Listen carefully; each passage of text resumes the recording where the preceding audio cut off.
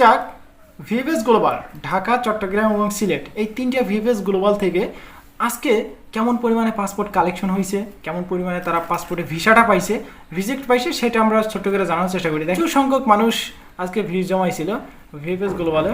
Chittagong VFS এর update আমরা প্রথমে দেই।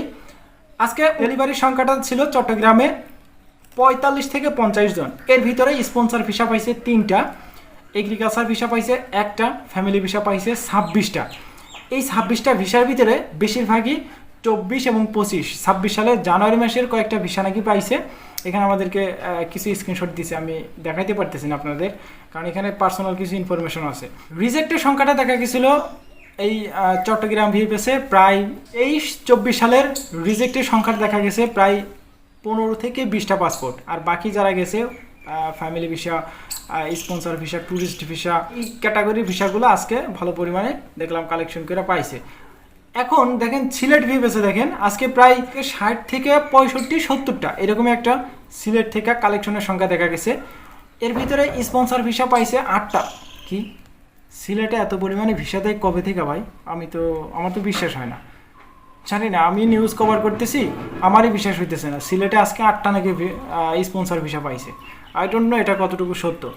ফ্যামিলি ভিসা পাইছে 19টা। আচ্ছা, 19টা পাসপোর্ট ফ্যামিলি। আচ্ছা, ফ্যামিলি ভিসা পাবে এটা ধারণা করা যায় বা এটা মেনে নেওয়া যায়, কিন্তু এই স্পন্সর ভিসা 8টা পাসপোর্ট কীভাবে পাইলো আমার তো মাথায় আসে না।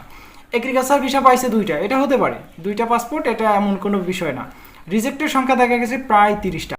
65-70টা কালেকশনের ভিতরে অর্ধেকের বেশি যদি রিজেক্টই হয় তাহলে ভিসা লাগার সম্ভাবনা কতটুকু থাকবে? আচ্ছা, সিলেট ভিএফএসেরও সর্বশেষ আপডেট যেটা সেটা এতটুকুই ছিল, তাছাড়া কিন্তু আপডেট আপাতত নাই। সর্বশেষ আপডেট আমরা দিব ঢাকা। আজকে ঢাকায় কালেকশনের সংখ্যা দেখা গেছে 100 থেকে 120টা প্লাস, 100 থেকে 120টা প্লাস। এর ভিতরে ডেলিভারির সংখ্যা ছিল স্পন্সর ভিসার ডেলিভারির সংখ্যা ছিল প্রায় 30টা। এর ভিতরে 9টা পাসপোর্ট স্পন্সর ভিসা কালেকশন করে তারা ভিসাটা পাইছে। 24-25-26 সালের নাকি 2-3টা ছিল যারা নতুন জমা করছেন, আর বেশিরভাগই 25 সালের, 24 সালের 2টা, আর 26 সালের 3-4টা হয়তো বা, এখানে 3টা দেওয়া আছে, জানি না কয়টা পাইছে। ফ্যামিলি ভিসা কালেকশন করছে আজকে প্রায় 35টা পাসপোর্ট, 33টা এখানে ভিসার নিউজ কভার করা হয়েছে। এগ্রিকালচার ভিসা পাইছে 3টা, ট্যুরিস্ট ভিসা পাইছে 10টা। আচ্ছা, অনেকে এই ট্যুরিস্ট ভিসা নিয়ে এই মন্তব্যগুলো করেন, ভিডিওতে কমেন্ট করেন যে ভাই ট্যুরিস্ট ভিসা কি আপাতত দিতেছে কিনা। আজকে দেখেন ট্যুরিস্ট ভিসা নাকি প্রায় 10টা পাসপোর্ট কালেকশন করছে, তারা ভিসাও পাইছে, এখন ট্যুরিস্ট ভিসা দিতেছে। এই পাসপোর্টগুলো ছিল 25 সালের লাস্টের দিকে, নভেম্বর-ডিসেম্বরের। আর ঢাকা থেকে রিজেক্টের সংখ্যা প্রায় 60টা প্লাস, অর্ধেকের বেশি রিজেক্ট। আর বাকি যারা গেছে 33টা পাসপোর্ট ফ্যামিলি। ট্যুরিস্ট ভিসা পাইছে এখানে কত? ট্যুরিস্ট ভিসা পাইছে 9টা, স্পন্সর ভিসা পাইছে 9টা, ট্যুরিস্ট ভিসা পাইছে 10টা, এগ্রিকালচার ভিসা পাইছে 3টা। এই সর্বশেষ আপডেট ঢাকা থেকে। আপাতত আজকের মতো কোনো প্রকার আপডেট নাই।